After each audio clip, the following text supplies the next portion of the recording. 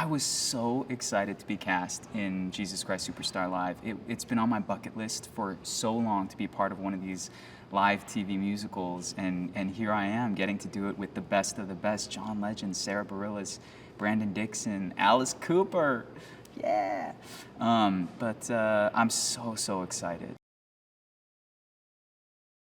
The overall story of Jesus Christ Superstar is it's like Jesus's last week of his life. You know, it's him going to Jerusalem, and it's him coming in and trying to start a revolution with his apostles, right? Being soldiers of love and trying to show people like a better way of living.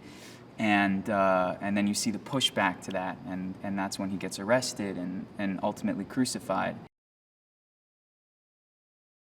So I'm playing a character named Peter. He's one of the apostles, and he is just like completely obsessed with Jesus. He's infatuated with Jesus. I mean, he like left his family, his wife, to travel with this man for 3 years and hear him preach and build up his following and witness miracles. And he's just obsessed with this human, with Jesus. He thinks that he's, you know, the perfect person and somebody that kind of fills his soul with hope. I imagine that at some point he had like his whole life, he was a fisherman, but there was this kind of nagging at him that there was something better, that there was something more.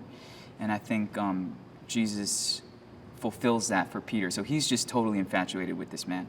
And would like to believe that he's with him until the very end. And there's this sort of key moment where at the Last Supper, Jesus kind of calls Peter out, and he's like, "You're going to deny me. And not just that, but you're going to deny me 3 times. And Peter's like, "I don't know what you're talking about. Like, that's not, I've been with you for 3 years. Like, what?" He's just so confused. And then it turns out that after Jesus is arrested and crucified, he kind of gets caught up by this mob of people who were like, "Hey, I know you. You were with that Jesus guy." And he freaks out. I think the tragedy is that if he had like a one-on-one situation like us, and you were just like, "So, do you know Jesus?" He would probably be like, "Oh yeah, he's the best guy." But it was this mob of people, and he's afraid for his life, so he ends up denying Jesus, just like he said, and then feels so guilty about it for the rest of his life. I think audiences are going to relate to this show, and particularly to my character, because as I said, Peter is just completely infatuated with Jesus, and I am completely infatuated with John Legend. I mean, he's incredible. He sounds like an angel. He's like one of the nicest humans that I've ever met. He's so chill, and I feel like I'm pretty sure the rest of America feels the same way, the rest of the world. So I think people are going to relate to that kind of celebrity, right, that we place on people. Even in a spiritual situation, we have this kind of infatuation, this we put them on a pedestal, and I feel like that's a very human, universal thing, and so people will relate to it on a story level, but also on an actual level of seeing John Legend play this amazing character. The most exciting part about this, playing Peter, this character, is trying to find the humanity of why he ends up denying this incredible man that he's devoted so much of his life to, and trying to find a way to make it not like mustache twirly and villainy. You know what I mean? It's to make it a human thing, and to find that it's a struggle to figure out how to tell that story effectively. But it's an interesting struggle that makes this process really fascinating for me. And the other cool, awesome thing about doing this is John Legend and Sara Bareilles and Brandon Victor Dixon.